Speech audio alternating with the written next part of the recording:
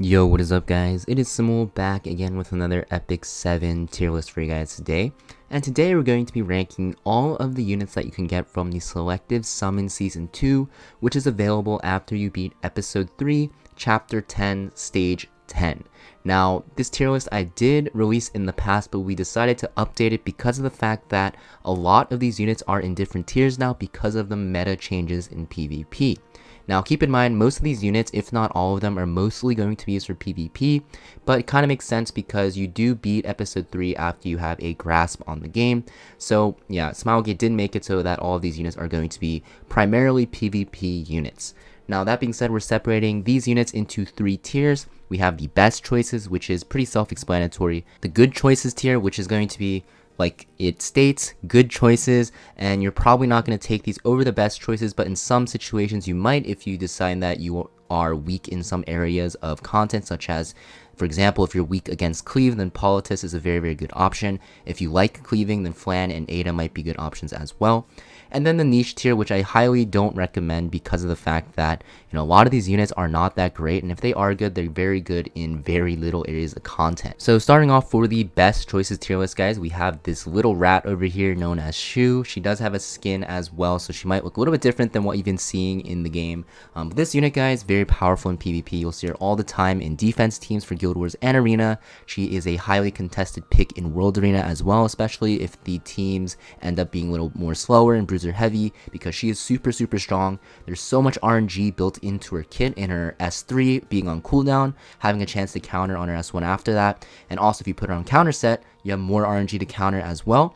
And keep in mind, if you do land your S1, you have a chance to activate your S2 after. Just more RNG, very powerful. Just, all you have to know is this unit is super annoying to play against, and when you fight against her, it seems like she's countering you over and over and just one-shotting your units. I think she was definitely the best unit to pick up because she's so flexible, and especially because you can put her in a defense team and she's extremely powerful. She's the only unit in this tier list which is going to be frequently seen in a lot of defense teams, and she's very powerful. Next, we have Senya, guys. So Senya made a huge leap after her buffs.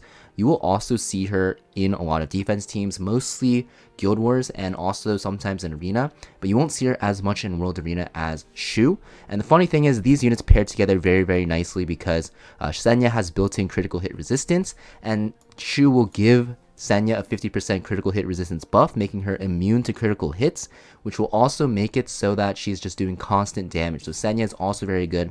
I think if you're missing one of these two units, you definitely want to make sure you have both, because they are so powerful together when combined on defense teams. It's insane.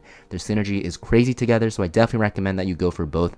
If you're missing both of them, then definitely take Choux over Senya because she's a lot more flexible, and honestly, Senya kind of needs Choux to work well on defense team. And now third in the best choices list, we have Yufine. So Yufine, after her buffs, is an insane single target nuker, and she also does a lot of AoE damage while being kind of annoying because she has that defense buff now. Very powerful in Guild Wars offense, Arena offense. You won't really see her on defense teams, but in World Arena, she's extremely powerful as well. Very powerful damage dealing unit. She's very underrated. I think people are starting to catch up on the fact that she's really strong. For that reason, she is in the best choices tier as well. If you like cleaving, she's a very good single target cleaver as well.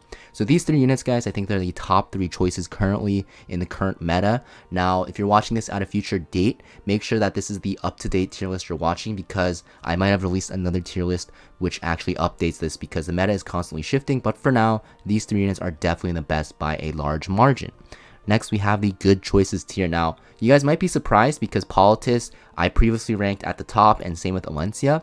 Now we're going to talk about these 2 units separately. So Politis, guys, she's an anti-cleave unit. Only thing is she's super hard countered by Lua, so you can't really use her on defense teams anymore. She's mostly only used as a cleaver now, not really used as anti-cleave, because Lua kind of just destroys her pretty hard because of the fact that she can sleep her, right? So for that reason, she's definitely dropped a tier, because Lua is a super powerful unit, one of the most OP units in the game right now.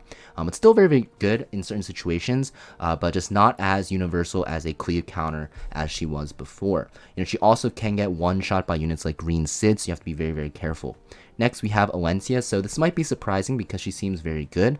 I think she still is very good, but the thing is, you know, there's a lot of answers to her now, right? We have like Lionheart Senya, who's super meta. Even Lua is very good against her because she can sleep her. There's just a lot of options against Alencia, and she's not as overbearing as before because of the fact that, you know, she was primarily used as an Apocalypse Robbie counter, but Apocalypse Robbie has also dropped a bit in the tier list. So for that reason, you know, Alencia has also taken a hit. Next, we have Flan and Eda, guys. I think these two are interchangeable. They're both cleave units, very, very powerful.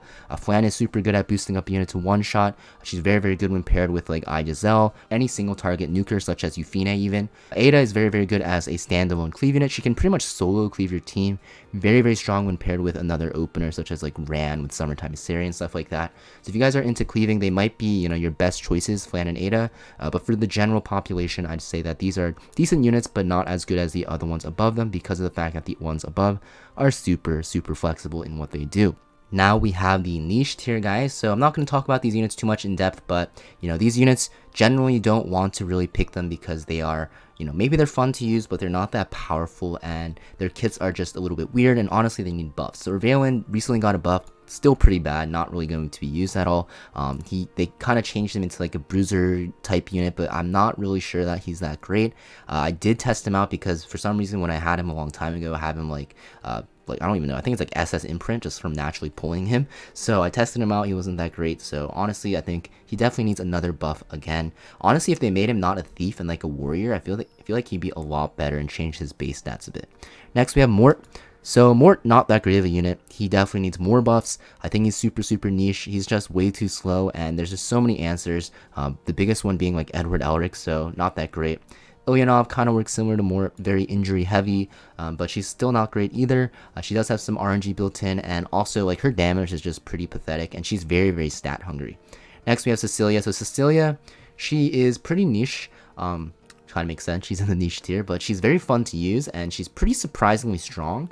She's really good as like an AoE disruptor, but the thing is, she's just way too slow currently, and there's so many cleanses in the meta, and honestly fire units kind of have it rough because you know, there's a lot of powerful ice units right now that are very strong. Bomb model Kanna, pretty self-explanatory. She is free to play, you get her from connections, so there's pretty much zero reason to ever pick her from the selective summon. Please do not pick her. She's a very powerful PvE unit, don't get me wrong, very strong in her own right. Honestly, if she was not free, I'd put her like somewhere around here, but she is free from connections. All you have to do is fill out her quest and you will get a copy of her for free, so definitely not worth pulling for or getting from the selective summon season 2, obviously. So that pretty much sums up this tier list, guys. Just to summarize, you know, Choux, must have. Senya, also almost a must have. Yufine, very powerful right now. If you guys are into World Arena, she's a must have. If you guys aren't really into World Arena though, you can probably drop her down a tier. For good choices, you know, Politis and Alencia, still very good units. You know, you could take them over Choux and Senya if you really wanted to. I recommend against it, but they're still very powerful. You'll find a lot of use out of them. And for cleavers, guys, Flan and Eda are very good options. Others, not that great, so please don't pull for them. I think they're not worth it until they get buffed in the future. That being said, that's pretty much it for this tier list, guys. If you guys found this video fun to watch and helpful, make sure you guys leave a comment and hit the like button down below. Keep in mind, this is my own opinion, so if you guys disagree, which you're allowed to, just let me know in the comments down below what you guys actually think and what units should be moved around. That being said, I'll be updating this tier list in the future as well, and I'll be updating the other tier list I've released very soon because of the fact that there's a lot of meta changes that have happened. That being said, thanks for watching, and I'll see you guys next time. Peace.